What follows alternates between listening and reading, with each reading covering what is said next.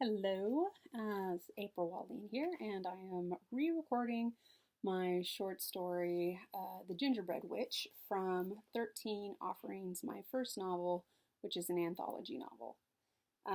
The cover was done by Naomi Gibson, a great graphic artist, and it was edited by Heath Harper, who goes by H.H. Raymond professionally. Thank you so much for tuning in. I hope you've been enjoying these readings, and please continue to do so. I'm recording them every Friday on Facebook, usually, when I don't manage to mess up my technology. Feel free to put headphones in. I don't do anything too crazy distracting. And I will do my best with the voices. I do tend to get a little confused sometimes. Because I'm reading them live and I don't know how to edit, so sorry. Feel free to follow along or read ahead if you have a copy of the book. If you do not have a copy of the book, you can get one on Amazon via ebook, paperback, or hardcover. If you do get it on Amazon, please consider leaving me a review.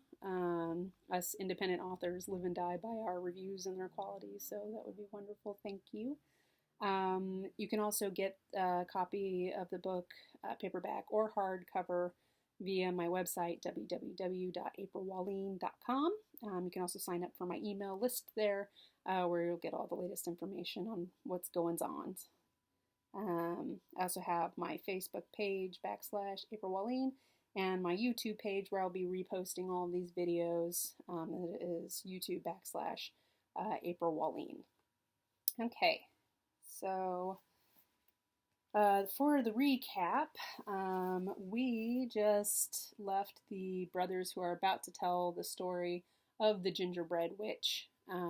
They have gathered around the great eye of Ithiria in the Hollywood Hills to revitalize their guardianship of the world at large.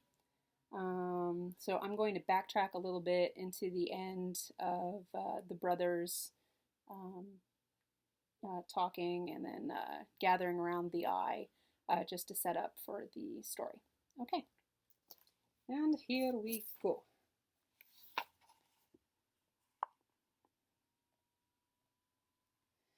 I will begin then, Patrick replied. Angus nodded, and then both brothers bowed their heads. Lifting his head a moment later, Patrick stared into the black eye of the ancient table, his own eyes growing opaque as they misted over.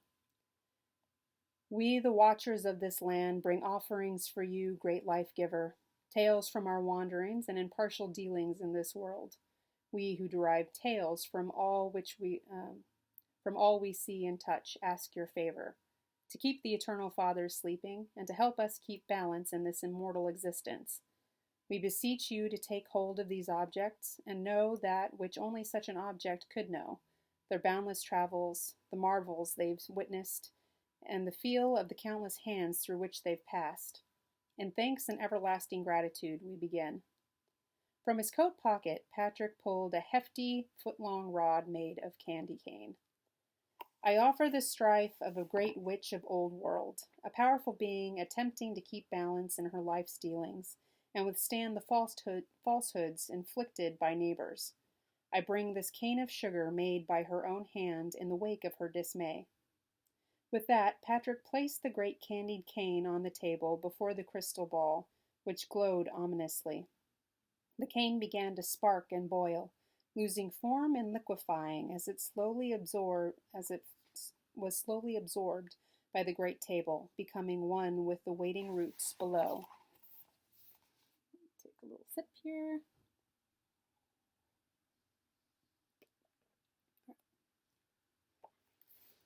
The Gingerbread Witch.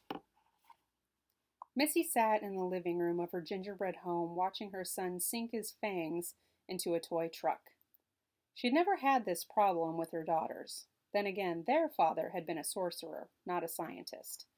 Her current husband was a good man and a brilliant scientist. However, she wished he'd mentioned his family's genetic quirk before they'd had a child together. The oddity had missed her husband entirely and hit her son full force. Puberty was not going to be fun. She sighed as her little boy swallowed the rest of his masticated tinker toy. No matter how much she fed him, he never seemed satisfied. The kid was no bigger than a dwarf, but could somehow manage to eat an entire roast duck and still have room for dessert. At least living in a house made of gingerbread provided her with extra food. Missy sat back and cackled unexpectedly. Irritated, she pulled her fingers from her temples. Missy had had this awkward version of Tourette's syndrome since she could remember, yet it never ceased to aggravate her. However, annoyance and frustration were feelings she was all too familiar with lately. She groaned as she thought back on the last year of her life. It hadn't been good. Her husband was off researching some experiment. Her daughter was away on the school extension trip, and her experiments to correct her Tourette's constantly resulted in altering her skin color. Today, she was a dark lime, though she had to admit it was a far sight better than the canary yellow of the day before. The throbbing in Missy's temples had just begun to subside when the door chimes interrupted her calm. "What now?" Missy grumbled, then cackled, and got up to answer the door.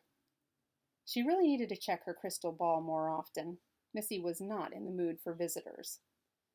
Looking through the small sugar glass window, she was surprised to find Genevieve Goose standing on her apple red hard candy porch.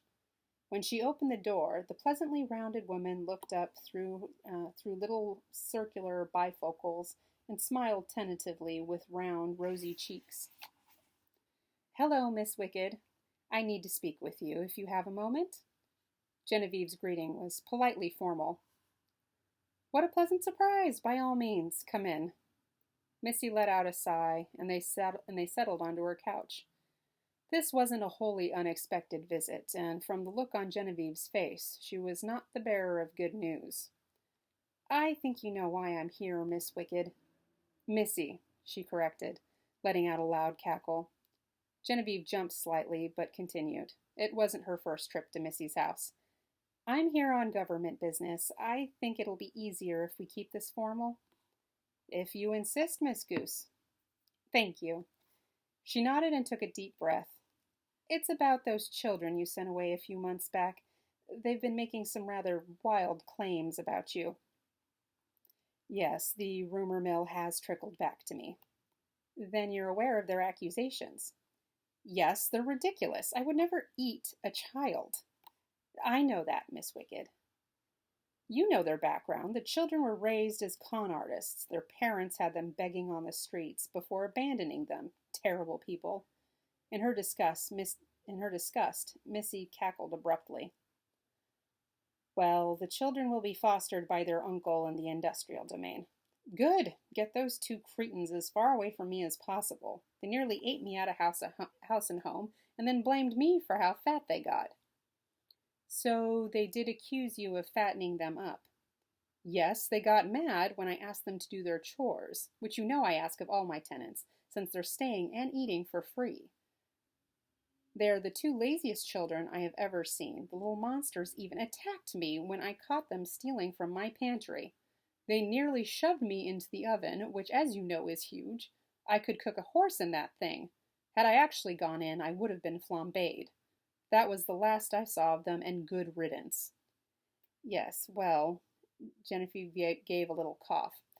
"They said you threatened to serve them up for dinner." Missy's anger burst out unchecked. "One little joke about them being fatter than the turkey we were having for dinner, and suddenly I'm a cannibal?" Genevieve cleared her throat and pushed her glasses further up the bridge of her nose. "I believe you said," she pulled out a small file and read, "You two are so round I should serve you up for supper. We would have meat for weeks." Missy let out a high-pitched laugh. The cackles were always worse when she was stressed. In hindsight, that might not have been the best thing to say. But honestly, Genevieve, I have 3 children of my own. Why would I want to eat those 2? "I'm sorry about all this." Genevieve sounded tired. "We thought setting you up out here to help travelers was a wonderful idea. The number of people lost to the Black Woods has seen a substantial decrease in the few years you've been here." Building your house out of sweets to help people find their way was truly a brilliant idea. Well, it's just easier for me to maintain, Missy replied modestly. I'm terrible with thatch and wood, but give me an oven and some sugar, I can produce miracles. It was all working out so nicely. Was. How bad is it, Genevieve? Genevieve Goose shifted uncomfortably. Well, I mean the Cinderella rumors just blew over. Oh, not that, Missy groaned. None of that is true. You can go ask her or any of my children. I treated her as one of my own. You know what a clean person Cindy is. Can't stand to leave a dish unwashed or a floor unswept. She was happy as a clam in my home, but when she told that dullard husband of hers how she spent her time, he took it and ran with it. You know how the Charmings are about our family. They've hated us since grade school. I know, but it's the rumors, Genevieve sighed. Get enough people talking and they can make a saint a sinner. It's all gossip, but that spreads like wildfire in town. One of the many reasons I was happy to move out here in the first place. Missy took a deep breath, barely able to restrain a nervous cackle. This was it, the really bad news. You're going to have to close down the program. No! Missy was stunned. Cutting back her funding or salary she could handle, but being let go altogether? You're firing me? How am I supposed to support my children?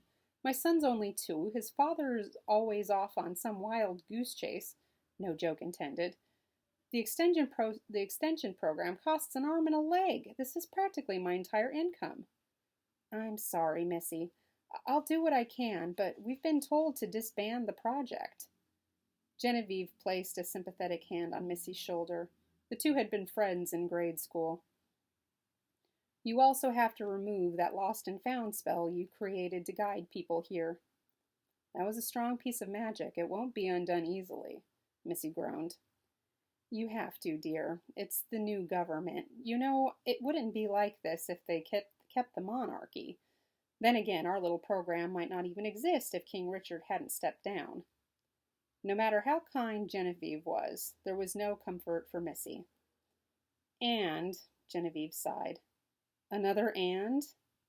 The higher-ups have requested you lay low until the brunt of the rumors have stopped circulating. What? Missy's cackle was almost a scream. I'm under house arrest? Not as bad as all that, but essentially. It shouldn't be too difficult. Amanda is away, and there should be more than enough time between now and when your son starts school for this to disappear. You know, I would help if I could, but I'm not going to be here much longer. This job is getting to me. I don't think I'll be working for the government anymore. No, what are you going to do? Distressed as she might be, Missy knew how taxing it would be for Genevieve to leave the security of her position. Genevieve thought a moment and gave a little shrug.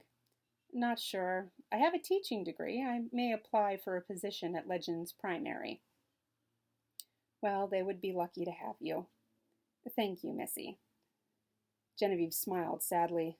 Please try not to worry about all this. There's a decent severance package, and I'm trying to find another job you can fill in the meantime.